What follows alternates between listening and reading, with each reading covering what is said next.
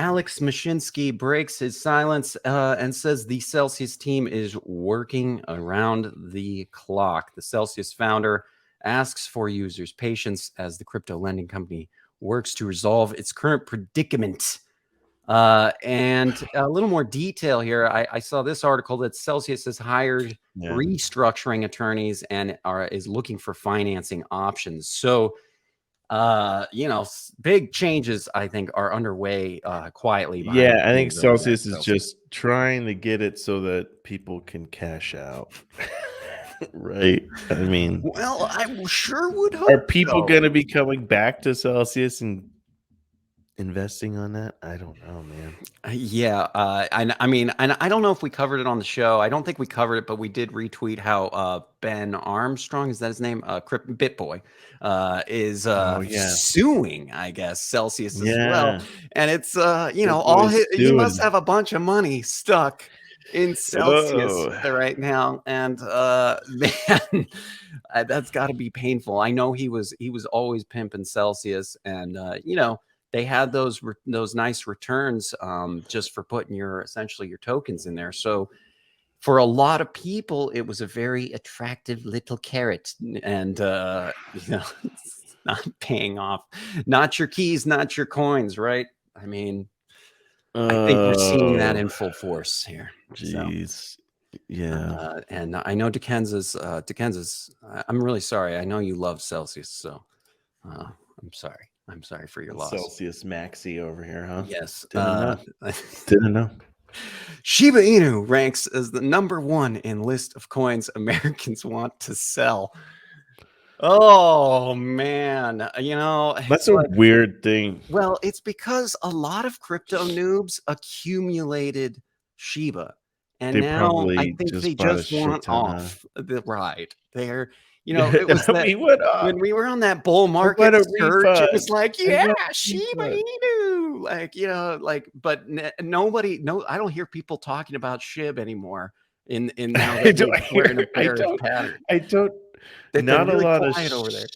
SHIB. I see a lot of Doge people still. Maybe that's just Doge. Oh my god! I mean, if it was like the it's because you could spend a couple bucks and be a Shibanaire, you know what I mean? Yeah, it was the hopium, right? Exactly. The cheap coin hopium, where it's like, it's again a lotto ticket. Maybe if I buy a billion of these, maybe one day I'll be a trillionaire. I don't know. Oh man.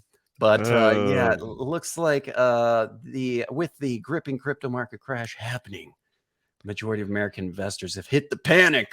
I don't know if any of that's true. That time's a little. Yeah, I think, dude. I know. Well, it's just so do you see all these oh man, these crypto markets going through a huge crash, blah blah blah, and it's if you really compared it to stocks, it's very similar. Yeah, there's stocks out there that have been just getting hammered. So yeah, I mean the market. It's the market. Overall. Yeah, and like we were talking about yesterday, it's this is an 80% correction that we're seeing, and that's happened several times before. Not several, but a couple times before. And it's just what the market does here in crypto. So so are you putting SHIB on your extinction list, Matt? Now that you know that it's the #1 coins Americans wants to sell, according to a survey of 5 people in one cafe. I know, right? Yeah. I'm just thinking those people probably only have SHIB, so that's the only thing that they're probably, you know what I mean? If that's I know one I token, have your #1 token you wish you want to be selling right now. It's just a weird thing to say, I guess. A sad story, a real story. And I mean, it's fair for that person's just. Dude, today's so bad. There's a lot of bad. I can't wait to get to the charts. BitMEX co-founder Benjamin Dello avoids prison time, receives 30 months probation.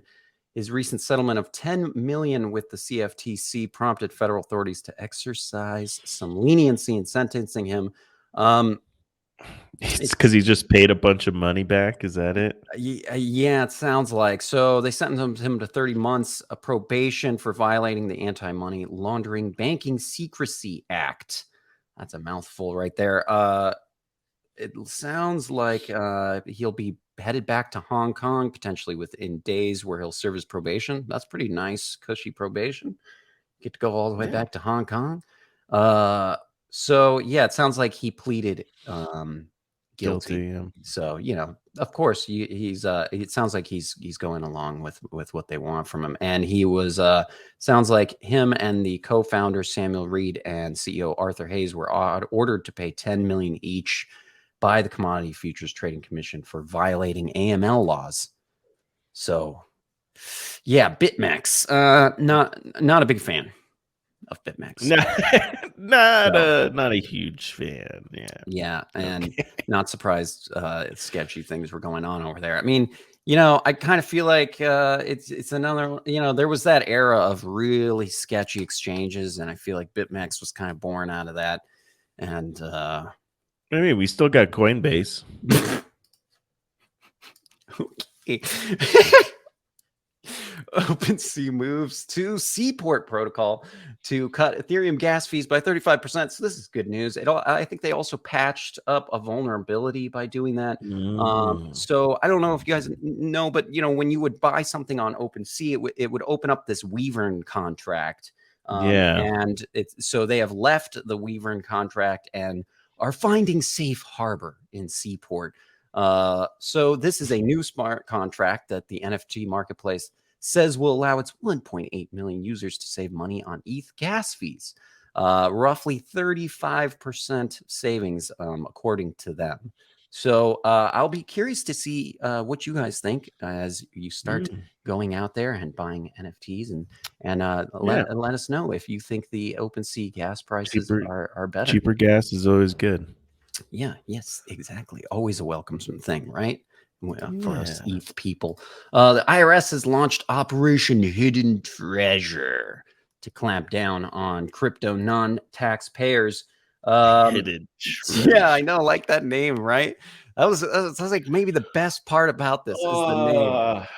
That sounds, yeah, man, that is a great name. I kind of am You jealous? that's Yeah. yeah, I I wish am. you came up with that.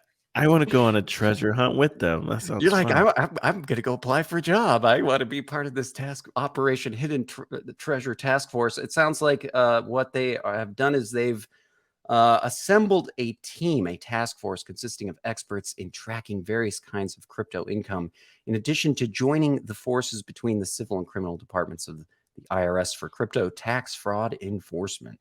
So, they're assembling stealthy tech teams. And I know another federal agency had also tweeted out that they were going to be hiring people that had just lost their jobs from Coinbase and other crypto places. So, the private sector's loss is the government's gain in this case, where it's like all these crypto experts have now been laid off, and now we can just scoop them all up. Yeah, well, and start So, hunting you down. yeah, exactly. Yeah. Yeah, I mean, I guess maybe we could start our own private. What if we started a private crypto treasure investigations hunting firm? team. Yes, Yeah, exactly. and that's what we want to do. We want to find out That's what we want to do. who's not claiming their Who the crypto naughty people are? taxes. Yes. Yeah. Yes. Yeah, I mean, I just imagine like why right they're gonna go after individuals, but isn't it like Coinbases and like crypto.com, these companies that operate in the US, Binance US, right?